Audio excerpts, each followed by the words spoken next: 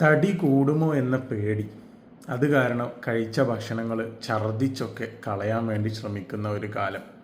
കൂടുതൽ ആളുകളും ഈ ഒരു സംഭവം ചെയ്യുന്നവർ തന്നെ ആയിരിക്കാം. കാരണം ഇത് പുരുഷന്മാരിനേക്കാളും കൂടുതൽ സ്ത്രീകളിലാണ്. പ്രത്യേകിച്ച് ഈ കൗമാര പ്രായത്തിൽ ഈ ഒരു തടി എന്ന് പറയുന്ന ഈ ഒരു തടിയെക്കുറിച്ചിട്ടുള്ള ഒരു കോൺസെപ്റ്റിൽ വരുന്ന പ്രശ്നങ്ങളാണിത്.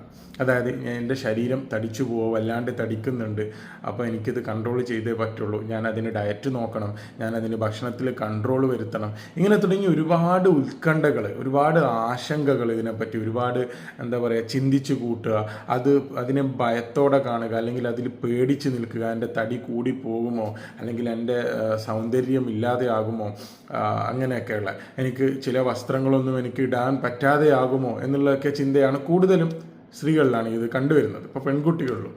അപ്പോൾ ഈ ഒരു കണ്ടീഷന് സാധാരണ ഇതിന് എന്താ പറയുകയെന്ന് വെച്ച് കഴിഞ്ഞാൽ, നമ്മളുടെ ശരീരത്തിൻ്റെ ആരോഗ്യം നഷ്ടപ്പെടുത്തുക എന്നുള്ള ഒരു ഘടകം കൂടിയാണിത്. കാരണം നമ്മൾ ഇങ്ങനെ ചിന്തിച്ചിട്ട് ഒന്നും മര്യാദക്ക് കഴിക്കില്ല, അതുപോലെ തന്നെ കൃത്യമായിട്ട് വെള്ളം കുടിക്കുന്നത് ശ്രദ്ധിക്കൂല, ഇങ്ങനെ തുടങ്ങി ഒരുപാട് പ്രശ്നങ്ങൾ. അപ്പോൾ ഇതുമൂലം ശരീരത്തിന് ഒരുപാട് ബുദ്ധിമുട്ടുകളും കണ്ടുവരുന്നുണ്ട്. അപ്പോൾ ഈ ഒരു കണ്ടീഷനെ പറയുന്ന ഒരു പേര് എന്ന് പറഞ്ഞാൽ അനോറക്സിയ നെർവോസ എന്നാണ്. അപ്പോൾ ഈ ഒരു അനോറക്സിയ നെർവോസ എന്ന് പറയുന്ന ഈ ഒരു കണ്ടീഷൻ സാധാരണയായിട്ടും കൗമാരക്കാരായ പെൺകുട്ടികളിലാണ് ഇത് കണ്ടുവരുന്നത്.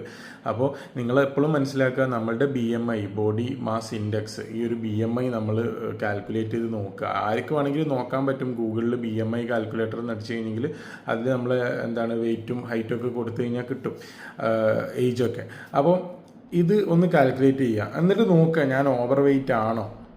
അതൊക്കെ നോക്കിയതിന് ശേഷം നമ്മൾ വിത്ത് എക്സസൈസ് അല്ലെങ്കിൽ ഒരു കൃത്യമായിട്ടൊരു ഡയറ്റ് ആൻഡ് ന്യൂട്രീഷനെ കണ്ട് അവരുടെ നിർദ്ദേശപ്രകാരം മാത്രം ഇതൊക്കെ ഫോളോ ചെയ്യുക.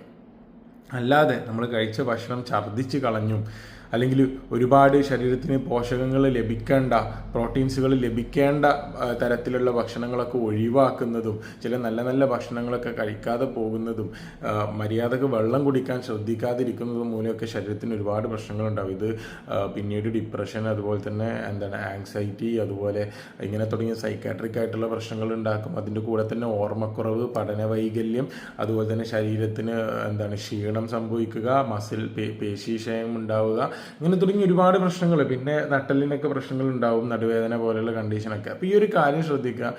ഒരു കാരണവശാലും തന്നെ നമ്മൾ സ്വയം എനിക്ക് തടി കൂടുന്നുണ്ട് എന്നൊക്കെ പറഞ്ഞ് നല്ല ഭക്ഷണങ്ങൾ കഴിക്കുന്നതും വെള്ളം കുടിക്കുന്നതും ഒഴിവാക്കാതിരിക്കുക. ഓക്കെ.